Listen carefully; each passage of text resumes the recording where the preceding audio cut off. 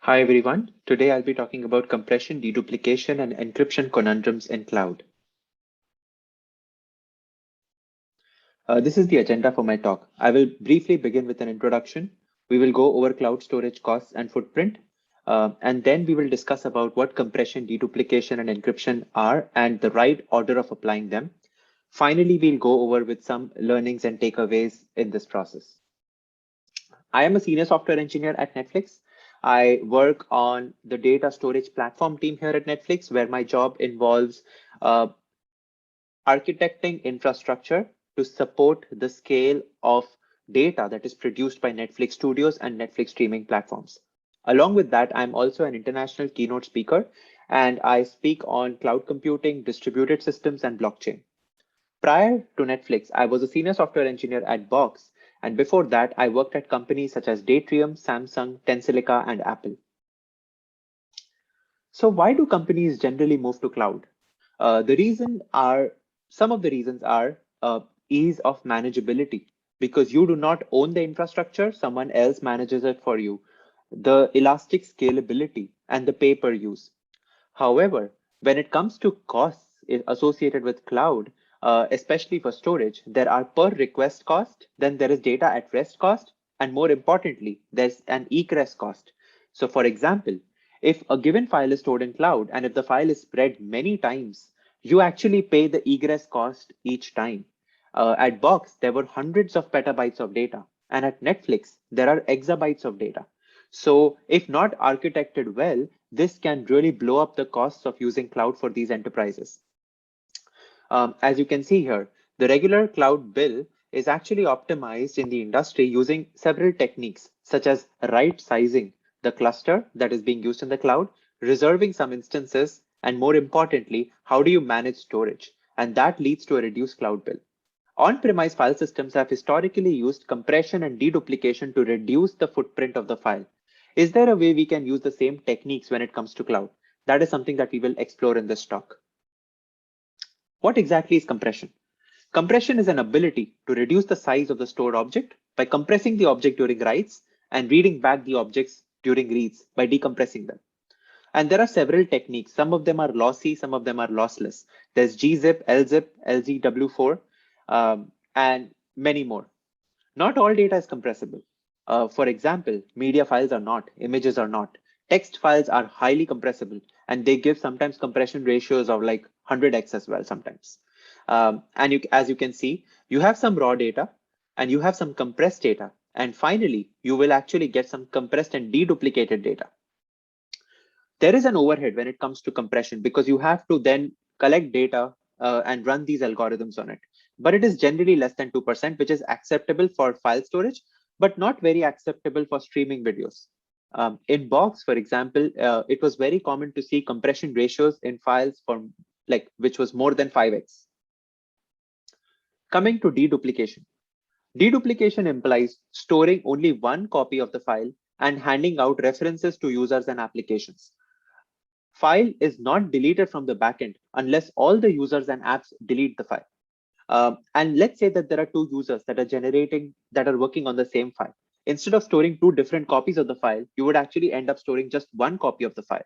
And there are ways in which you can check for duplicates before storing the file.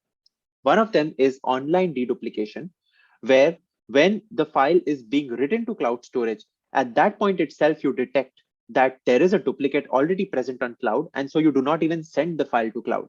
And there is an offline deduplication where you first send the file over to cloud and complete the request sooner to the user. And in the background, use threads or daemons to detect that the files are duplicates of each other and reduce the cloud footprint. Many companies actually start off by employing offline deduplication because it's simpler and it doesn't impact the incoming users' requests. And at Box at Netflix, both, we have seen examples of both offline and online deduplication. And it is one thing to note is that the granularity of deduplication is very important. So at Netflix, deduplication, if you do it at a file granularity, files are huge, especially media files. They can run into gigabytes. And even if a small chunk of the file has changed, then the entire file will not deduplicate against the other. So The right way to go about it is to deduplicate at chunk level granularities, where if you have a gigabyte file, you chunk it into 1 megabyte chunks and try to store these 1 megabyte chunks as separate objects or files, and then try to deduplicate against them. That will still give a higher deduplication ratio and better yields. Deduplication boundaries are also often dictated by security. So what files can deduplicate against each other is extremely critical for cost reasons and security reasons. You may want to have a dedupe domain as an enterprise, or your dedupe domain can span across enterprises. At Box, for security, what we did was we had the dedupe domain as an organization or an enterprise. So only files within that org could deduplicate against each other. Here is an example of how deduplication works in practice. You have some data and you actually generate hash values that are representative of that data. The hash values are then compared amongst the other data to identify duplicates. And finally, the duplicates are replaced with pointers to save the storage space. Coming to encryption. Encryption is the ability to obfuscate the data to avoid unauthorized access on the wire or at rest. Um, Encryption over the wire is solved by TLS. But when it comes to encrypting the data that is sent to cloud, there are two strategies that are being employed by companies. One is the client-side encryption, where the client itself will encrypt the keys and the data and send it over the wire to the server. And the second is the server-side encryption, where the server is actually the cloud provider's instance, and they will encrypt the data on their own and return back the confirmation that the data has been stored and is in an encrypted form. Generally, I have seen that at companies, both Box and Netflix, client-side encryption is employed. And also at Netflix, file sizes are often greater than the max size supported by cloud providers. In our case, we use S3 for storage, so it's often greater than the max supported size by S3. So we have a layer on top of S3, which actually does both chunking and encrypting of files and then uploads them. And each chunk is separately encrypted. One thing to note is once you encrypt the data, it is not compressible and it is rarely dedupable. And this is a little flowchart explaining how encryption, what are the alternatives for encryption. So for S3 encryption, there is both in-flight and at-rest encryption. In-flight encryption for S3 uses SSL API endpoints, and at-rest has two options, the client-side encryption and the server-side encryption. The client side implies that you encrypt your data before sending to S3. The server side implies that you send your data to S3 and you actually allow either server side encryption managed by S3 or a key management service, or you provide the keys from the client side to encrypt the data that is stored on the server. All three are variants that are used in many organizations today. So when it comes to ordering, like how do you order these three, compression, deduplication, and encryption, in a way that your cloud footprint is reduced? The first rule is that you encrypt last. If the data is encrypted, you cannot compress the data or deduplicate the data. And if the client-side encryption is used, it means you have to employ techniques for deduplication and compression on the client side, which means that you actually have to employ online deduplication and you cannot rely on offline deduplication that is done on the cloud side. The thing to note is that design can get very complicated because there's a lot of state management when you do online deduplication. The other thing to note is at what granularity do you encrypt? Do you encrypt each object separately, or do you maintain an encryption key per pool of objects? This has implications on both deduplications and security, because if you encrypt every object separately, and if you want to employ offline deduplication, then you cannot deduplicate anything.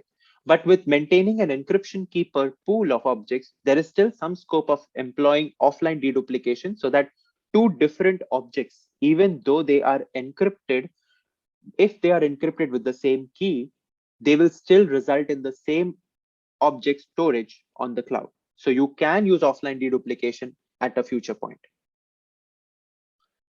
Second is you deduplicate first. And there, for this, you would have to employ online deduplication. And the way it works is when the data is being streamed, you maintain a global pool of fingerprints, which you can think of are hashes of data. You compare the current object which is being streamed, its fingerprint with the fingerprints in that pool. If the data is present on the cloud already, then its fingerprint will be present in the pool, and there is no need to stream the data to cloud. All you have to do is increase the reference count of the fingerprint and return the reference to the stored object on cloud. And if not, then in that case, you stream the data to cloud and you store its fingerprint in the pool. Why do we deduplicate first? It's because compression algorithms can change. By deduplicating first, you're protecting against any change in the algorithms in the future.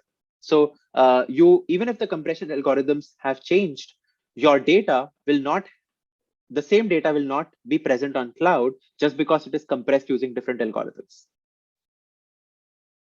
And this is a flowchart showing the optimum write flow.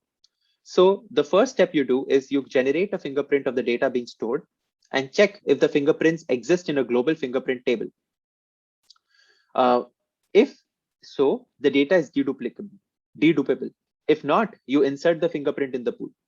You compress the data on the client side, and then you write locally to local storage. Finally, when you have to send it to cloud, you will encrypt the data and do a cloud upload. And once the cloud copy has been uploaded, you will update your fingerprint table and maintain it in the global fingerprint table here. So this is how the write workflow would work. One thing to note is that I've introduced an on-premise system here along with the cloud system. This is what typically enterprises do to save on the egress cost. Every time a read is issued, you would want to serve the reads not from cloud because it would lead to egress cost. You would rather want to serve it from an on-premise system so that your reads do not result in increased costs. And that is why you do compression and encryption on-premise and then upload it to cloud. When it comes to optimum read flow, when the read is issued, you first check the the location of the file. And if the file is present in the local, in cloud, you would want to download the encrypted compressed object from cloud to your local file system. You would decrypt the data and store it in the local storage. And finally, you decompress and update your global fingerprint table. And then you mark your read to be successful. So this is how the order in which you have written is the reverse of the order in which you read the files. So what are some of the takeaways and learnings from this? Number one, not all data is compressible, and compression adds latency. So you can remove the step of compression, especially for cases, for example, in Netflix, when you are streaming movies and images to cloud, compression is not something that will give a lot of benefit. Many organizations such as Box first store the data on-premise and then upload it to cloud. This saves the egress cost. And also, the other thing to note is that many files are temporary in nature, especially in companies such as Netflix, where there's transcoding and encoding operations that run on files. Only a few percentage of these files actually make it to cloud. So what you want to do is use some form of on-premise system that can absorb these temporary files and delete them so that you do not pay for the cost of storing them to cloud and then deleting later. Encryption is applied at the point of uploads to cloud and not before it, so that you can do state management, deduplication, and compression before the point of putting it to cloud. Online deduplication is tough. It results in a lot of state management, reference counting, and concurrent accesses to the same file need a lot of locking. So companies generally try to start off with offline deduplication to get at least some benefits of dedupe and then try to move to online deduplication. With that, I end my talk. Thank you so much. Here is my email address and my LinkedIn and Twitter. Please feel free to reach out to me for any questions regarding compression, deduplication, encryption, and storage on cloud. And I would also like to say that we are hiring here at Netflix for people that are interested in distributed systems, storage, cloud, and file systems. So if you are based in the US, please feel free to apply to Netflix or send me a resume on LinkedIn or Twitter. Thank you so much.